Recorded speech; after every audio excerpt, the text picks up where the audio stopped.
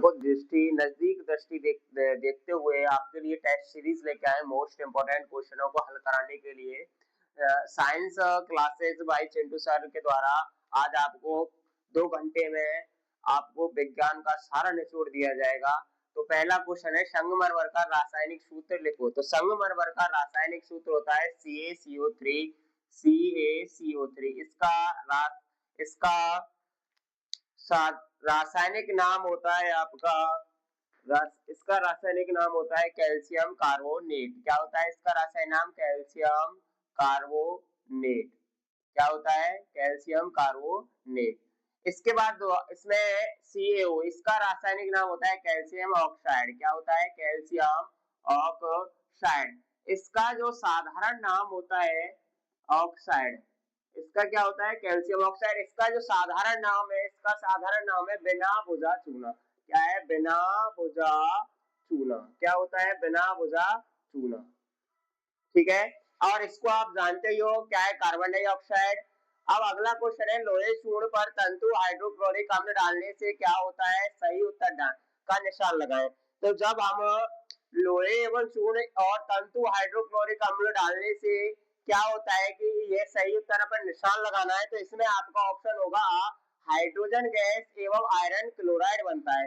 जब हम लोहे यानी कि Fe की क्रिया HCl के साथ कराएंगे तो आपको हाइड्रोजन गैस यानी कि हाइड्रोजन गैस H2 के रूप में और आयरन क्लोराइड FeCl2 में बनता है। तो इसकी हम रिएक्शन देखेंगे, तो जो इसकी रिएक्शन है Fa प्लस HCl और क्या बनेगा? FeCl2 प्लस H2 गैस, ये बनेगी। ये क्या होगा आपका? एक्वा। ठीक है, और 2 यहाँ लोहे के कितने अणु है? 2, और Cl2 के कितने? Cl के यहाँ कितने अणु है? 2। तो हम इसे संतुलित करेंगे तो यहाँ क्या लगाना पड़ेगा? 2। तो जो ऑप्शन के अनुसार हाइड्रोजन गैस एवं आयरन क्लोराइड बनना है, तो Fe की क्रिया जब हाइड्रोक्लोरिक अम्ल से करेंगे तो हमें क्या मिलेगा? एक तो हमें मिलेगा आयरन क्लोराइड और दूसरा मिलेगा हाइड्रोजन गैस। ठीक है, अगला क्वेश्चन है, कोई धातु ऑक्सीजन के साथ अभिक्रिया कर उच्च गलनांक वाला यौगिक निर्मित, यह यौगिक जल में विलय है, यह तत्व क्या हो सकता है? तो यह तत्व होगा आपका कैल्शियम, जो कि ये क्या होता है? जल में विलय होता है। और कार्बन, सिलिकॉन और लोहा ये अम्लीय विलय होता है। क्या होता है? अम्लीय विलय। अब ये होता है अम्लीय विलय। ठीक है, ये क्या होता है? अम्लीय विलय। स्टार्ट कर। अगला क्वेश्चन है, धातुओं की अभिक्रियाशीलता के आधार पर सबसे क्रियाशील धातु कौन सी है? तो सबसे क्रियाशील धातु आपकी होगी इसमें पोटेशियम। ठीक है, क्या होगी? पोटेशियम। अब इसका हम आपका घटता हुआ क्रम देखेंगे, तो घटता हुआ क्रम इस प्रकार होगा। जब आप घटता हुआ क्रम निकालेंगे तो घटता हुआ क्रम होगा पोटेशियम, कॉपर, Zn और आपका हो जाएगा Au यानी कि गोल्ड। ये आपका घटता हुआ क्रम है। ठीक है, ये पेपर में भी पूछा जाता है इसका क्रम। अगला क्वेश्चन है, एथेन में आणविक सूत्र C2H6, इसमें कौन सी यानी कितने सहसंयोजक बॉन्ड पाए जाएंगे? इसमें पहला क्वेश्चन है पहला ऑप्शन है 6 सहसंयोजक बॉन्ड, दूसरा है 7 सहसंयोजक बॉन्ड, तीसरा है 8 सहसंयोजक बॉन्ड और लास्ट ऑप्शन है इसका 9 सहसंयोजक। जबकि इसमें जो इसकी संरचना है वो संरचना इस प्रकार है। संरचना इसमें कार्बन कितने हैं आपके? 2 कार्बन है। हाइड्रोजन कितने हैं? 6। 1 2 3 4 5 6। अब इसमें सहसंयोजक बॉन्ड किसे कहेंगे? जब कार्बन कार्बन से कोई भी प्रतिस्थापी समूह या कोई समूह हाइड्रोजन समूह जुड़ा होता है, उस बॉन्ड के सहायता से जुड़ा होता है, उस बॉन्ड को कहते हैं सहसंयोजक बॉन्ड। अब इसमें कार्बन कार्बन के मध्य क्या हो गया? एक बॉन्ड, एक ये हो गया। ठीक है, 1 2 3 4 5 6 और 7। तो इसमें आंसर क्या हो जाएगा आपका? 7 सहसंयोजक बॉन्ड। क्या हो जाएगा भाई? 7 सहसंयोजक बॉन्ड। अगला क्वेश्चन है, बेंजीन की संरचना क्या है? बेंजीन का पहले तो सूत्र क्या है? इसमें ऑप्शन दिया हुआ है। पहला ऑप्शन है बेंजीन की संरचना दी हुई है, अगला ऑप्शन में भी संरचना दी हुई है और उससे अगले में भी संरचना दी हुई है, जो कि लास्ट ऑप्शन है इसका उपयुक्त सभी। जबकि बेंजीन का सूत्र क्या होता है, C6H6 क्या होती है, C6H6 क्या होता है, C6H6। अब इसमें जो कार्बन संख्या 6 इसमें देखेंगे, इसमें कितनी है, 1 2 3 4, 4 कार्बन है यानी कि बेंजीन नहीं होगी। इसमें देखेंगे 1 2 3 4 5, 5 यानी कि पेंट होगा। अब बेंजीन आपको देखना है, बेंजीन अब बेंजीन में कितने कार्बन होंगे, 6 और 6 ही हाइड्रोजन होंगे। इसमें देखो 1 2 3 4 5 और 6, तो संरचना ये किसकी होगी, बेंजीन की। अब इसमें अगला जो ऑप्शन है उसमें दी हुई है कार्बन 4, यानी कि कार्बन 4 को क्या कहेंगे, 4 होते हैं उसमें, तो इसका सूत्र क्या होगा, C4H10। देखो 1 2 3 4 कार्बनों की संख्या होगी 4, हाइड्रोजन कितने हो गए, 1 2 3 4 5 6 7 8 9 और 10, यानी कि इसका सूत्र हो जाएगा C4H10। अब ये एल्केन की है, यानी कि इसे क्या बोलेंगे, ब्यूटेन। क्या बोलेंगे, ब्यूटेन। तो इसका क्या नाम हो जाएगा, ब्यूटेन। ये किसकी हो जाएगी, ब्यूटेन। क्या अब अगला ऑप्शन है, इसमें कार्बन कितने हैं, 1 2 3 4 5, 5 कार्बन है, ठीक है भाई, 5 कार्बन है, यानी कि इसे 1 2 3 4 5, इसका सूत्र क्या होगा, C5H12। तो इसे क्या बोलेंगे, पेंट। क्या बोलेंगे, पेंटेन, पेंटेन बोलेंगे। अगला क्वेश्चन है, पराग कोश में होते हैं, उसमें ऑप्शन दिया हुआ है बाह्य दल, उसके बाद अंडाशय, अंडाशय के बाद अंडक और अंडक के बाद है पराग कण। जबकि पराग कोश क्या है, ये एक पुष्प का भाग है जहां क्या होता है, पराग कणों का निर्माण होता है, पराग कणों का निर्माण होता है। तो इसका सही आंसर होगा आपका पराग कण। तो पराग कण और एक और शब्द होता है परागण। क्या होता है, परागण। परागण और परागण दोनों ही शब्दों में बच्चे कंफ्यूज हो जाते हैं, क्योंकि पराग कण तो ये क्या है, नर युग्म कोद भेद, ठीक है। और परागण आपका ये माध्यम होता है, पराग कण को वर्तिकाग्र, यानी कि वर्तिकाग्र क्या होता है, पुष्प के जायांग भाग का भाग होता है वर्तिकाग्र, यानी पराग कणों को पहुंचाने वाला माध्यम होता है आपका पराग कण, ठीक है। अगला ऑप्शन है अलैंगिक जनन मुकुलन द्वारा क्या होता है। हाँ, इसमें 4 ऑप्शन और है, इनका भी हम पोस्टमार्टम करते हैं, तो इनका पोस्टमार्टम करेंगे। बाह्य दल क्या चीज है, पुष्प का सबसे भारी भाग क्या कहलाता है, बाह्य दल। और अंडाशय क्या चीज है, ये अंडाशय भ्रूण, यानी कि एक 7 कोशिकीय 8 केंद्रीय संरचना बनती है, उसे हम बोलते हैं भ्रूण। उसमें कोशिका बनती है, एक तो बनती है प्रतिमुखी सेल्स, एक सिनर्जिक सेल्स और एक सहायक कोशिका। तो उसके अंदर होती है अंडाशय, ठीक है। ये कैसी सेल होती है, द्विगुणित, कैसी होती है, द्विगुणित। अब इसके बाद है अलैंगिक जनन मुकुलन द्वारा होता है, यानी अलैंगिक जनन किसमें होता है, मुकुलन विधि द्वारा। तो मुकुलन विधि द्वारा होता है आपके यीस्ट में, और अमीबा में द्वय विखंडन विधि द्वारा होता है। किसके द्वारा, द्वय विखंडन विधि द्वारा। और प्लाज्मोडियम में बहुखंडन विधि द्वारा, किसके द्वारा, बहुखंडन विधि द्वारा, ठीक है। और अगला क्वेश्चन है, मस्तिष्क उत्तरदायी होता है सोचने के लिए, हृदय स्पंदन के लिए, शरीर का संतुलन बनाने के लिए, उपयुक्त सभी, यानी कि इसका आंसर होगा उपयुक्त सभी, यानी कि सोचने का भी कार्य करता है, हृदय स्पंदन दर का भी कंट्रोल करता है, और शरीर के संतुलन बनाने का, इन तीनों का कार्य करता है अनुमस्तिष्क। कौन करता है, मस्तिष्क।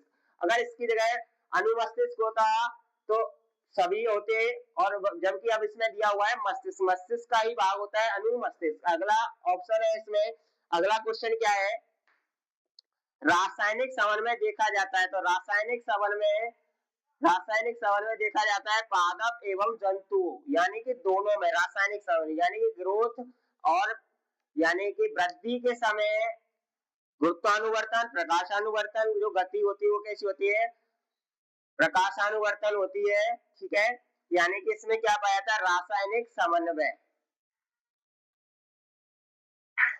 अब अगला क्वेश्चन है, सामान्य दृष्टि से वयस्क के लिए सुस्पष्ट दर्शन की अल्पतम दूरी या निकटतम दूरी, यानी कि स्वस्थ मनुष्य कितनी दूरी तक अपनी नग्न आंखों से देख सकता है, तो इसका हो जाएगा 25 सेंटीमीटर। ठीक है भाई। अब अगला क्वेश्चन है, श्वेत प्रकाश का रंग पाए जाते, यानी कि इससे पाए जाते हैं 7। इसकी एक ट्रिक है आपकी वीवी ग्योर। क्या है इसकी ट्रिक? वीवी ग्योर। क्या है भाई? वीवी ग्योर, यानी कि वीवी ग्योर। ठीक है, तो वी माने हो जाएगा आपका बैंगनी, क्या होगा? बैंगनी रंग। आई माने हो जाएगा आपका इंडिगो। बी माने हो जाएगा आपका ब्लू। और जी माने हो जाएगा आपका ग्रीन। ओ माने हो जाएगा ऑरेंज। ठीक है, वाई माने हो जाएगा आपका येलो। क्या हो जाएगा? येलो। और आर माने हो जाएगा आपका रेड। इसमें सबसे अधिक तरंग दैर्ध्य होती है रेड की, और सबसे कम तरंग दैर्ध्य होती है बैंगनी की। जो अधिक झुकाव होता है उसकी तरंग दैर्ध्य सबसे कम, जो कम झुकाव होता है उसकी तरंग दैर्ध्य सबसे अधिक। अगला क्वेश्चन है, कौन सा पद विद्युत परिपथ में विद्युत शक्ति को लोपित नहीं करता? तो उसमें आपका आंसर आ जाएगा आई स्क्वायर आर। प्रतिरोध का ऐसा मात्रक, यानी प्रतिरोध किसे कहेंगे? पहली चीज तो प्रतिरोध यानी कि जब सतत धारा बह रही है उसकी रुकावट के लिए, यानी कोई रुकावट यानी फॉल्ट हो जाता है या रुकावट बिंदु को क्या कहते हैं? प्रतिरोध। अब प्रतिरोध का एसआई मात्रक क्या होता है आपका? प्रतिरोध का एसआई मात्रक होता है आपका ओम। क्या होता है? ओम। ठीक है, प्रतिरोध का एसआई मात्रक क्या होता है? ओम। ठीक है, अब वोल्ट किसका मात्रक है? एम्पियर किसका है? और वाट। एम्पियर आपकी हो जाएगी धारा का, वोल्ट आपका हो जाएगा विभवांतर का। ठीक है, और वाट आपकी हो जाएगी शक्ति की। क्या? ये शक्ति का एसआई मात्रक होगा, और वोल्ट आपका हो जाएगा विभवांतर का। किसका? विभवांतर का। ये और ओम किसका है? प्रतिरोध का। ठीक है, सारे क्वेश्चन का पोस्टमार्टम कर दिया। ठीक, अब अगला क्वेश्चन है, किसी विद्युत धारावाहिक सीधी लंबे परिनलिका के भीतर चुंबकीय क्षेत्र यानी कि शून्य होता है, या इसके सिरे ओर जाने पर घटता है, इसके सिरों की ओर जाने पर बढ़ता है, या अगला ऑप्शन है सभी बिंदुओं पर समान होता है। तो इसका आंसर होगा आपका सभी बिंदुओं पर समान होता है, यानी कि धारा आपके एक रेखा में बहती है, यानी एकांतर बहेगी। तो इसका आंसर हो जाएगा आपका सभी बिंदुओं पर समान होता है। अगला ऑप्शन है, अगला क्वेश्चन है आपका, चित्रानुसार कोई इलेक्ट्रॉन पर आरोपित बल की दिशा, यानी कि दाएं ओर होगी, बाएं ओर होगी, कागज से बाहर की ओर होगी, और कागज के अंदर की ओर होगी। तो ये आपका जो क्वेश्चन है ये दक्षिण अनुष्ठ नियम पर आधारित है, दक्षिण हस्त अनुष्ठ नियम है जो उस पर आधारित है। तो इसका आंसर होगा कागज से अंदर की ओर होगी। ठीक है, अगला क्वेश्चन है, निम्नलिखित में से कौन आहार श्रृंखला का निर्माण करता है? तो कौन करेगा आहार श्रृंखला का निर्माण? आहार श्रृंखला का यानी कि प्राइमरी घास, बकरे तथा मानव। अगला ऑप्शन है घास, गेहूं तथा आम, बकरी, गाय तथा हाथी, घास, मछली, बकरी। तो इसमें क्या होगा? घास प्राथमिक उत्पादक हो गया, और गेहूं। अगला क्वेश्चन है, निम्नलिखित में से कौन से समूह केवल जैव निम्नीकरण पदार्थ होते हैं? यानी कि जैव निम्नीकरण यानी कि लिविंग ऑर्गेनिज्म बताना है। लिविंग ऑर्गेनिज्म यानी कि जो जीव उपापचयी क्रिया, यानी कि जो श्वसन है, उत्सर्जन है, जनन है, गमन है, सारी क्रियाएं करते हैं। जैसे कि इसमें दिया हुआ है, निम्नलिखित में कौन सा समूह केवल जैव निम्नीकरण पदार्थ है? तो इसमें क्या होगा? जैव निम्नीकरण यानी कि कवकों द्वारा उन्हें छोटे छोटे खंडों में तोड़ा जा सकता है। तो ऑप्शन पहला है घास, पुष्प, चमड़ा। दूसरा ऑप्शन है घास, लकड़ी तथा प्लास्टिक। तीसरा ऑप्शन है फलों के छिलके, केक एवं नींबू रस। अगला क्वेश्चन है कि अगला ऑप्शन है केक, कॉमा, लकड़ी व घास। क्या है? लकड़ी। ठीक है, तो इसमें आंसर होगा आपका, इसमें आंसर होगा घास, पुष्प, चमड़ा। यानी कि जैव निम्नीकरण पदार्थ पूछ रहा है, तो इसमें पहला ऑप्शन होगा आपका घास, पुष्प और चमड़ा। अब यहाँ से आगे आपके खाली जगह यानी कि 5-6 खाली जगह आएंगी, रिक्त स्थान स्टार्ट होते हैं। पहला क्वेश्चन है उसमें शुद्ध जल का पीएच मान होता है। पहली चीज तो पीएच क्या है? पीएच पीएच यानी पावर ऑफ हाइड्रोजन। क्या है? Power of hydrogen. क्या है? Power of hydrogen. ठीक है। इससे क्या किया जाता है? इससे अम्लता, पदार्थ की अम्लता, क्षारीयता एवं उदासीनता मापने वाला यंत्र कह सकते हैं एक में। अम्लता यानी कि अम्लीय पदार्थ वो होगा जिसका मान 0 से लेकर 6.9 तक होगा। वो पदार्थ होगा अम्लीय जिसका मान 7.1 से और 14 तक होगा, उसे क्या कहेंगे? क्षारीय। और उदासीन कहेंगे जिसका मान पीएच मान 7 होगा। ठीक है। तो इसमें पूछा है शुद्ध जल का पीएच। शुद्ध जल का पीएच होता है आपका 1। कितना होता है? 1 होता है। शुद्ध जल का पीएच कितना होता है? 1। ठीक है। सबसे ऐसे भी क्वेश्चन आता है सबसे अम्लीय पदार्थ कौन सा है? तो सबसे अम्लीय पदार्थ है आपका HCl, हाइड्रोक्लोरिक एसिड। ठीक है। अगला क्वेश्चन है अम्ल तथा धातु साथ क्रिया करके लवण व खाली जगह का निर्माण करते हैं। तो अम्ल धातुओं के साथ क्रिया करके हाइड्रोजन गैस बनाते हैं। क्या बनाते हैं? Hydrogen gas. क्या बनाते हैं? हाइड्रोजन। ठीक है। एटीपी का पूरा नाम, अगला क्वेश्चन है एटीपी का पूरा नाम adenosine adenosine try adenosine try phosphate. एक होता है आपका एडीपी। एडीपी का होता है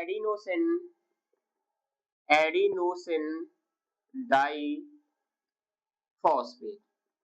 इनमें से एक ना एक पेपर में पूछा जाता है। अगला क्वेश्चन है अनुवांशिकता के जनक कौन है? अनुवांशिकता के जनक है ग्रेगर जॉन मेंडल, जिन्होंने उद्यान मटर पर 7 साल तक इन्होंने प्रयोग किया, इसलिए इन्हें क्या कहा जाता है? उद्यान मटर।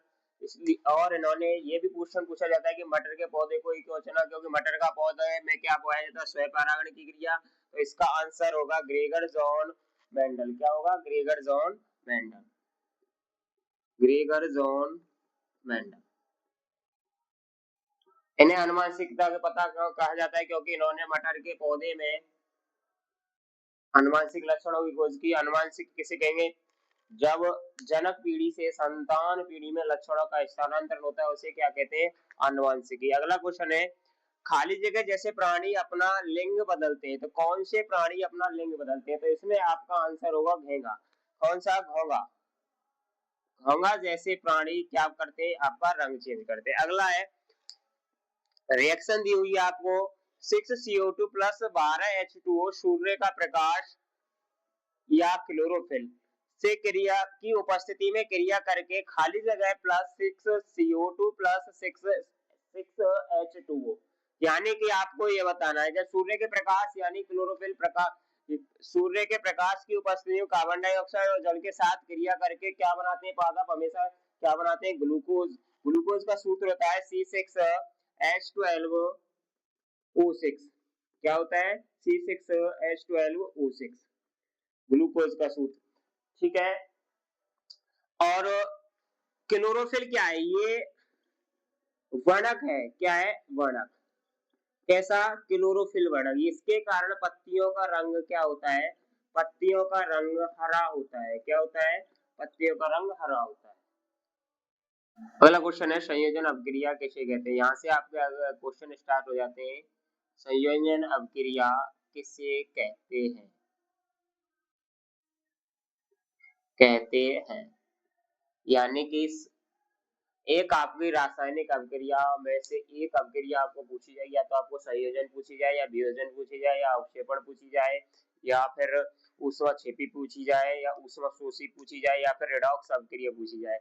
इस बार के लिए हर बार वियोजन पूछी जाए, अगली बार वियोजन पूछी गई थी, अब की बार पूछी जाएगी संयोजन। यानी संयोजन अभिक्रिया किसे कहेंगे? ऐसी रासायनिक यानी संयोजन यानी कि दो पदार्थों, दो या दो से अधिक रासायनिक पदार्थों से मिलकर एकल उत्पाद का निर्माण होता है, उस प्रकार की क्रिया को संयोजन अभिक्रिया कहते हैं। लेकिन बच्चे क्या करते हैं? रासायनिक अभिक्रिया को ही संयोजन अभिक्रिया मान बैठते हैं और इस क्वेश्चन को गलत कर देते हैं।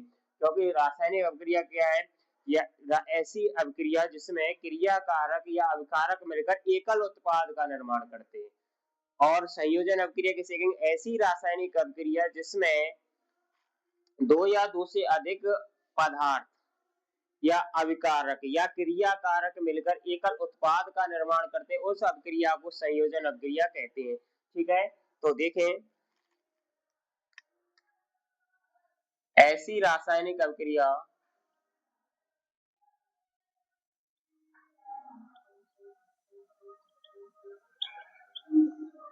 जिसमें दो या दो से अधिक अभिकारक या क्रियाकारक मिलकर एकल उत्पाद का निर्माण करते हैं, इस प्रकार की अभिक्रिया को संयोजन अभिक्रिया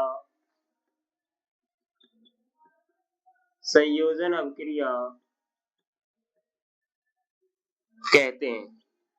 जैसे कि एग्जाम्पल है इसका C+O2 यानी कि CO2, ये क्या हो गया आपके अभिकारक हो गया, ये क्या हो गया उत्पाद अभिकारक, या आप इसे क्रियाकारक भी बोल सकते हैं। क्या बोल सकते हैं, क्रियाकारक, अभिकारक या क्रियाकारक मिलकर क्या बनाते हैं भाई, उत्पाद। इस प्रकार की अभिक्रिया को क्या कहेंगे, संयोजन अभिक्रिया। क्या कहेंगे, संयोजन। और इसमें ये ध्यान रखना कि संयोजन अभिक्रिया अलग है और संयोजन अलग है और रासायनिक अभिक्रिया अलग है। ठीक है, आयन की सांद्रता का विलयन की प्रकृति पर क्या प्रभाव पड़ता है, यानी कि अगर आयन की प्रकृति बढ़ेगी तो प्रकृति कैसी होगी, अम्लता कैसी होगी, प्रकृति कैसी हो जाएगी, अम्लीय प्रकृति कैसी हो जाएगी, अम्लीय प्रकृति। जब सांद्रता में वृद्धि होगी तो अम्लीय प्रकृति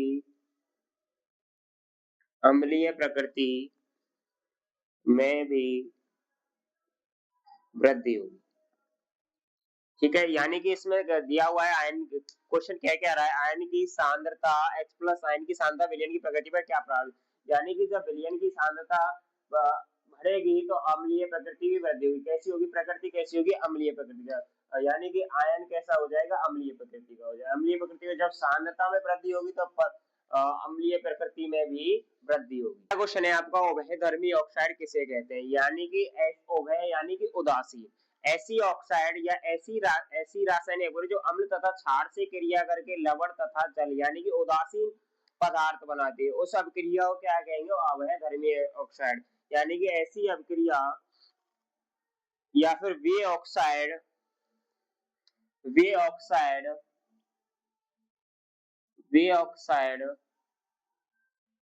जो अम्ल तथा क्षार से क्रिया करके लवण तथा जल बनाते हैं, इस प्रकार की अभिक्रिया को या इस प्रकार के ऑक्साइड को, इस प्रकार की अभिक्रिया को उभयधर्मी अभिक्रिया या इस प्रकार की अभिक्रिया को उभयधर्मी ऑक्साइड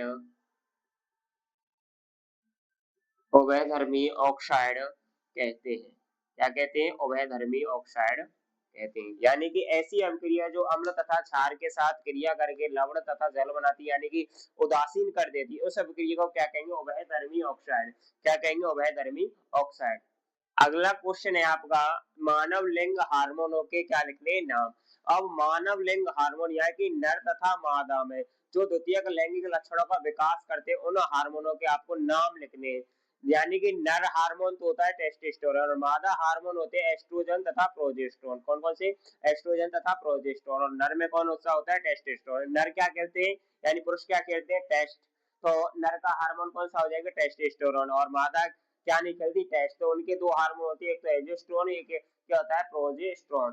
ठीक है, यानी कि मानव लिंग हार्मोन होते हैं, एक तो होता है टेस्टोस्टेरोन, टेस्टोस्टेरोन,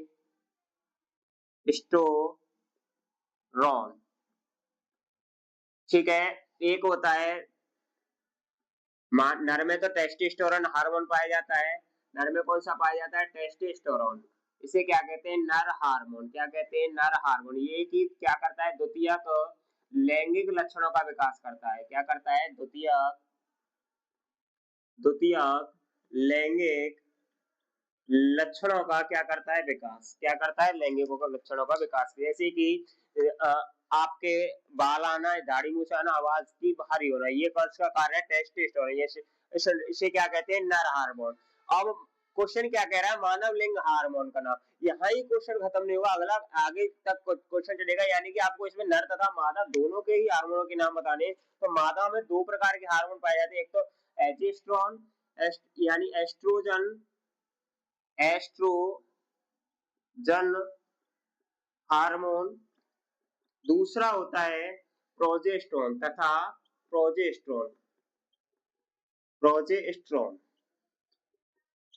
ठीक है, ये क्या होते हैं? द्वितीयक लैंगिक लक्षणों का क्या करते हैं? विकास। जैसे कि द्वितीयक लैंगिक लक्षण यानी कि वसा, यानी कि स्त्री में क्या बता रहे? फैट। जैसे कि स्तनों का उभरना, आवाज का पैनापन होना आदि इन्हीं का कार्य होता है। क्या कार्य होता है? इन्हीं का कार्य होता है। तो नर में कौन सा पाया जाता है? टेस्टोस्टेरोन। और मादाओं में कौन सा पाया जाता है? एस्ट्रोजन। ये पाए जाते, इन्हें बोलते हैं मादा हार्मोन। यानी कि महिलाओं में एस्ट्रोजन तथा प्रोजेस्टेरोन। क्या होते हैं? एस्ट्रोजन तथा प्रोजेस्टेरोन। अगला क्वेश्चन है, आयोडीन युक्त नमक या भोजन की सलाह क्यों दी जाती है? क्योंकि आयोडीन की कमी से हमारे रोग होते हैं, एक तो गलगंड या घेंगा या गोएटर रोग, जिससे क्या होती है? हमारी जो श्वास नली के दोनों ओर क्या पाई जाती है? थायराइड ग्रंथि। वो क्या हो जाती है? फूल जाती है। जैसे कि आपने कुत्ते में देखा हो, कुत्ते की खाल लटक जाती है। ठीक है, और ये दो प्रकार की होती है, एक तो T3 और एक होती है T4। क्या होती है? T3 और T4, जो कि आपको 12th क्लास में, नहीं 12th में नहीं, सॉरी 11th क्लास में टीचर पढ़ाएगा। ठीक है, आपका क्वेश्चन है, आयोडीन युक्त नमक या भोजन की सलाह क्यों दी जाती है? आयोडीन युक्त भोजन की इसलिए सलाह दी जाती है क्योंकि इसकी कमी से रोग होता है, एक तो होता है गलगंड। कौन सा होता है? गलगंड या घेंगा या गोएटर रोग। क्या होता है? गोएटर रोग। इसमें क्या होती है? हमारी जो श्वास नली होती है, श्वास नली होती है इस प्रकार की, इसके दोनों ओर क्या पाई जाती है? थायराइड ग्रंथि। क्या पाई जाती है? थायराइड ग्रंथि। थायराइड ग्रंथि पाई जाती है, जो क्या हो जाती है? फूल जाती है, और जैसे कि कुत्ते में लटक जाती है, इस प्रकार से लटक जाती है। इसलिए इसलिए आयोडीन आयोडीन से आयोडीन से थायराइड ग्रंथि में आयोडीन से थायराइड रॉयड ग्रंथि से थायरोक्सिन हार्मोन का क्या होता है? स्राव। कौन सा होता है? थायरोक्सिन। किसका स्राव होता है? थायरोक्सिन हार्मोन का स्राव होता है। ठीक है, एक हार्मोन मैनुअली पूछा जाता है आपके चैप्टर में। एक तो आपको पूछा जाएगा वृद्धि संदर्भक, वृद्धि हार्मोन कौन से, और वृद्धि अवरोधक हार्मोन कौन से? वृद्धि हार्मोन है आपके ऑक्सिन, यही बता रहा हूं मैं एक्स्ट्रा, ऑक्सिन और जिब्रेलिन। कौन सा भाई? ऑक्सिन और जिब्रेलिन। ठीक है, और एक पूछे जाते हैं गैसीय हार्मोन या वृद्धि अवरोधक। एक तो होता है एविसिक और एक होता है आपका साइटोकाइनिन। एक होता है एविसिक और एथिलीन, सॉरी साइटोकाइनिन तो वृद्धि हार्मोन है, एविसिक और एसिटिलीन कौन से? ये आपको पेपर में हूबहू देखने को मिलेंगे 2026 के एग्जाम में। ठीक है, नेक्स्ट क्वेश्चन है, मानव में लिंग निर्धारण का चित्र बनाइए। यानी कि मनुष्य में आपको वो लिंग निर्धारण को समझाना है, और ये मेनली टॉपिक है, मेनली इंपॉर्टेंट टॉपिक है पेपर की दृष्टि से। ठीक है, अब पहली चीज, मनुष्य में लिंग निर्धारण कौन करता है? मनुष्य में किस प्रकार के गुणसूत्र पाए जाते हैं? गुणसूत्र पाए जाते हैं एक्स वाई और एक्स एक्स। एक्स एक्स होते हैं मादा के और एक्स वाई होते हैं नर के। यानी कि जिसका गुणसूत्र अलग होगा वही बच्चे का उत्तरदायी होगी, यानी कि लड़का होगा या लड़की होगी। जैसे कि इसमें दो प्रकार के गुणसूत्र पाए जाते हैं, एक तो एक्स एक्स और एक होता है एक्स वाई। एक तो होता है आपका एक्स एक्स, एक होता है एक्स वाई। ये एक्स एक्स मादा के होते हैं और एक्स वाई कौन किसके होते हैं? नर के। और नर ही उत्तरदायी होता है कि लड़का होगा या लड़की होगी। यानी लिंग निर्धारण का कार्य कौन करता है? कौन करता है? मनुष्य में नर। कौन करता है? नर। जबकि ये समाज मादा को यानी कि महिला को दोषी ठहराती है, जबकि महिला का तो इसमें कोई भी इम्पोर्टेंट रूल नहीं है, यानी कि कोई भी वो नहीं है। तो इसमें मेनली किसका उत्तरदायी होता है? नर का। ठीक है, जबकि ये महिला को गलत नजर से देखती है। जबकि अब हमारा क्वेश्चन पे आते हैं। क्वेश्चन क्या है? मानव में लिंग निर्धारण का चित्र बनाइए। यानी कि इसमें आपको एक तो आपको ये बतानी है कि मानव में गुणसूत्रों की संख्या कितनी होती है। मानव में गुणसूत्र की संख्या होती है 46, यानी कि 23 जोड़ी गुणसूत्र पाए जाते हैं। कितने होते हैं? मानव में गुणसूत्रों की संख्या होती है आपकी 46। कितने होते हैं? 46। और जोड़े में होते हैं आपके, जोड़े में पाए जाते हैं 23 जोड़ी गुणसूत्र। अब आपको क्वेश्चन कैसे भी आ सकता है, मैंने दोनों तरह से बता दिया है। या तो क्वेश्चन ये है कि मानव में गुणसूत्रों की जोड़ों की संख्या कितनी होती है? 23 जोड़ी गुणसूत्र पाए जाते हैं। या फिर ऐसे भी आता है 22 प्लस एक्स एक्स, ठीक है, या 22 प्लस एक्स वाई। ये भी पूछ लिया जाता है। इसमें निम्न में से 21 प्लस, वो तो सिंड्रोमो में आता है, यहाँ यहाँ नहीं आता, सिंड्रोम में नहीं, सिंड्रोम में आता है, सॉरी। अगला जो क्वेश्चन है इसमें पूछा जाएगा कि कितने जोड़ी गुणसूत्र पाए जाते हैं? 23 जोड़ी पाए जाते हैं। और कुल संख्या में कितने होते हैं? संख्या में आपके मेनली होते हैं 46। ठीक है, तो एक साइड में हम क्या बना देते हैं? नर के, और एक साइड में बना देते हैं मादा के। ठीक है, और नर में गुणसूत्र कौन कौन से पाए जाते हैं? X Y. और मादा में पाए जाते हैं एक्स एक्स। कौन से पाए जाते हैं? एक्स वाई और एक्स एक्स। ठीक है, और गुणसूत्रों की टोटल संख्या कितनी होती है? 46। ठीक है, और जोड़े कितने होते हैं? 23 जोड़ी गुणसूत्र पाए जाते हैं। 23 जोड़ी गुणसूत्र पाए जाते हैं। लिंग का निर्धारण कौन करता है? मनुष्य में या मानव में नर करता है। ठीक है, ये क्या हो गई? जनक पीढ़ी। अब इसमें पूछा गया लिंग निर्धारण का आरेखीय चित्रण। जब हम एक्स गुणसूत्र का एक्स से संकरण कराते हैं तो प्राप्त होने वाली संतान हमें प्राप्त होती है लड़की। क्या होगी? लड़की। क्या प्राप्त होगी? लड़की। जब एक्स का हम संकरण एक्स से कराते हैं, क्या कराते हैं? एक्स से, तो प्राप्त होने वाली संतान हमें क्या प्राप्त होगी? लड़की। जब हम वाई एलील यानी कि वाई गुणसूत्र का संकरण हम जब एक्स से कराते हैं तो प्राप्त होने वाली संतान होती है लड़का। क्या होगी? लड़का। क्या प्राप्त होगी? लड़का। फिर से इसका संकरण एक्स से कराते हैं तो हमें प्राप्त होता है, क्रॉस कराते हैं, लड़का। तो इससे ये सिद्ध होता है कि 50% तो लड़कियां प्राप्त होती हैं और 50% लड़कों का रेशियो होता है, लड़कों का रेशियो होता है। तो ये आपकी क्या हो गई? संतति। और ये आपके हो गए जनक। क्या हो गए? जनक, संतति। मैंने आपको इसमें 3 से 4 क्वेश्चन करा दिए। एक तो इसमें क्वेश्चन पूछा है, एक तो इसमें मेनली क्वेश्चन पूछा गया है। दूसरा क्वेश्चन मैंने ये करा दिया कि मानव में लिंग निर्धारण कौन करता है? मानव में लिंग का निर्धारण नर करता है। ये करा दिया कि मनुष्य में कुल गुणसूत्र कितने होते हैं? 46 होते हैं। और जोड़े में कितने पाए जाते हैं? 23। ठीक है, और लड़का होगा या लड़की, इसका उत्तरदायी कौन होता है? नर। अगला क्वेश्चन है अनुवांशिकता किसे कहते हैं? यानी कि अभी मैंने इसका ही क्वेश्चन एक आपको रिक्त स्थानों में रखा था बार बार, क्योंकि ये टॉपिक इम्पोर्टेंट है। अब भी कह रहा हूँ, पहले भी कहा था मैंने। अनुवांशिकता किसे कहते हैं? अनुवांशिकता किसे कहेंगे? यानी कि जनक पीढ़ी से संतान पीढ़ी में लक्षणों का स्थानांतरण होना किसकी सहायता से? डीएनए की सहायता से। किसकी सहायता से? डीएनए। इसका स्थानांतरण कौन करता है? डीएनए। जैसे कि हमारे लक्षण हमारे पूर्वजों से, जैसे कि मेरे में लक्षण मेरे मम्मी पापा से, ऐसे ही आप में आपके मम्मी पापा से लक्षणों का स्थानांतरण होता है। तो इन लक्षणों को क्या कहते हैं? आनुवंशिकी। तो और इनका अध्ययन क्या कहलाता है? आनुवंशिकता। और आनुवंशिकता के पिता कौन है? ग्रेगर जॉन मेंडल ने। और आनुवंशिक लक्षणों का अध्ययन कहाँ किया था? मटर में।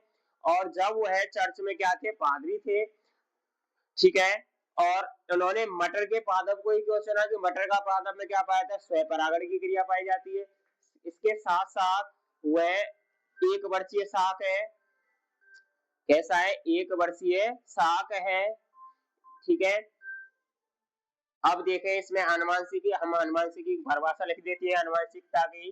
तो आनुवंशिकता कैसे कहेंगे? ठीक है, जनक पीढ़ी से संतान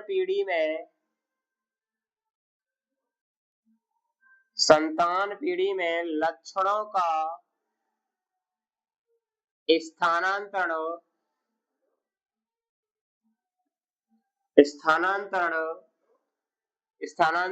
आनुवांशिक लक्षण कहलाता है। आनुवांशिक लक्षण कहलाता है। और इन लक्षणों का अध्ययन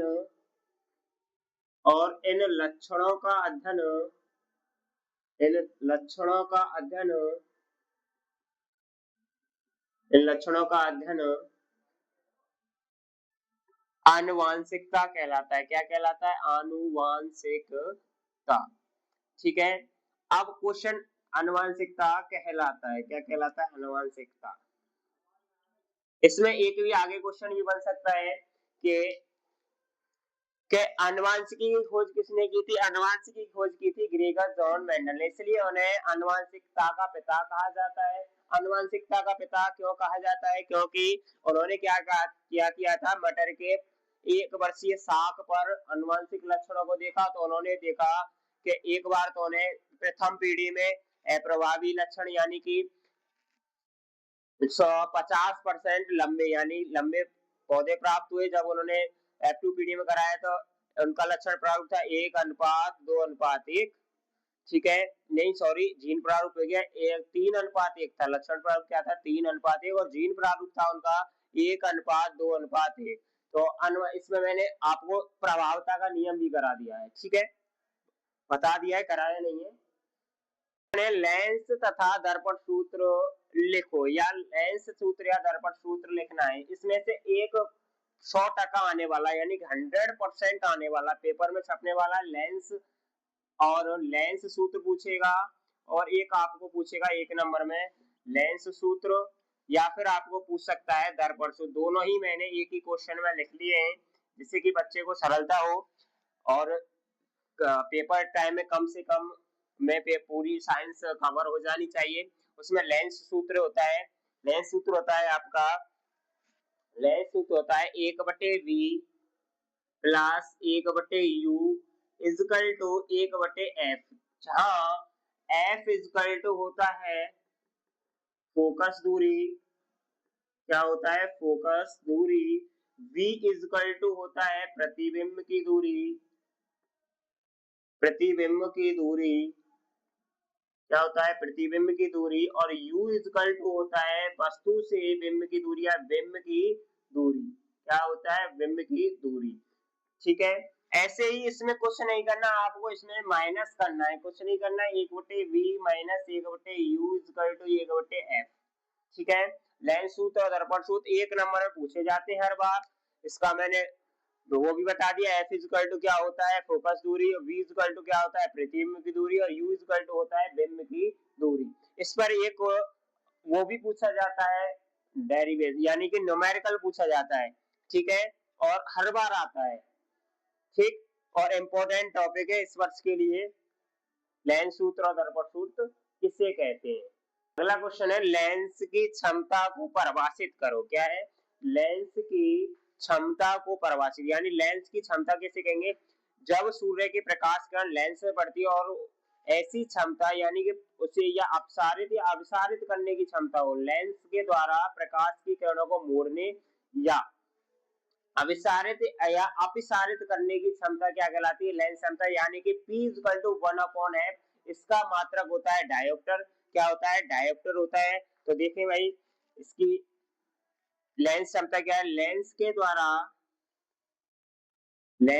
द्वारा प्रकाशित किरणों को मोड़ने या अपसारित या कौमा अभिसारित करने की क्षमता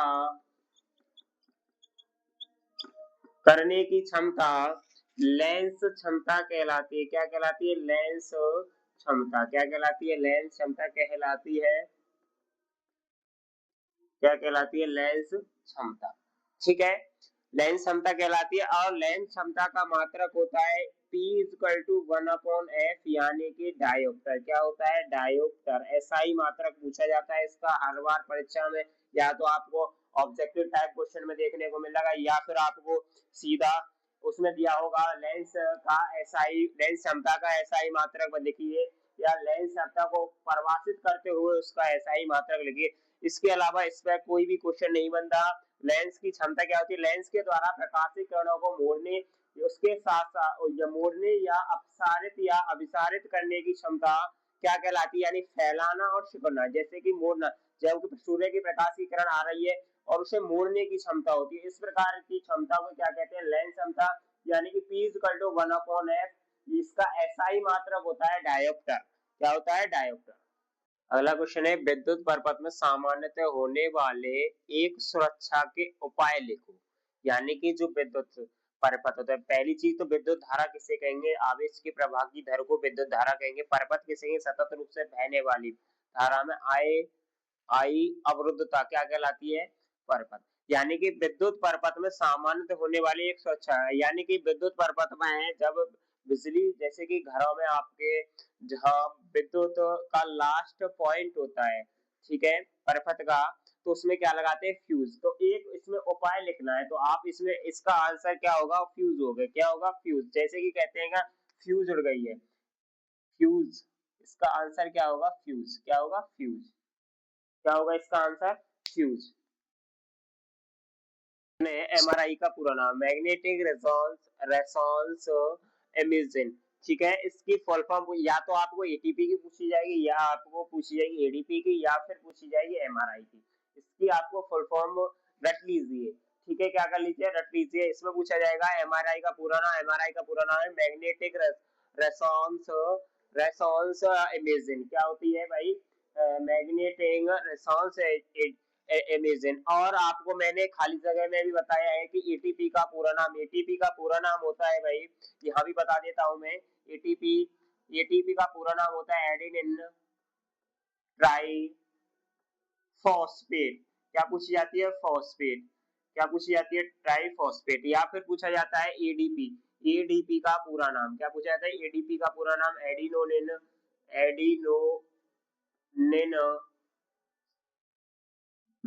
एडिनोनिन या एडिनिन डाइफॉस्फेट, एडिनिन डाइफॉस्फेट। ठीक है, या फिर डीएनए की भी पूछी जाती है, डीएनए यानी डीऑक्सी राइबो न्यूक्लिक एसिड। क्या पूछी जाती है, डीऑक्सी राइबो न्यूक्लिक एसिड। क्या होती है, न्यूक्लिक एसिड। या फिर इसमें भी पूछी जाती है आरएनए की। आरएनए क्या होता है, राइबो न्यूक्लिक एसिड। क्या होती है, राइबो न्यूक्लिक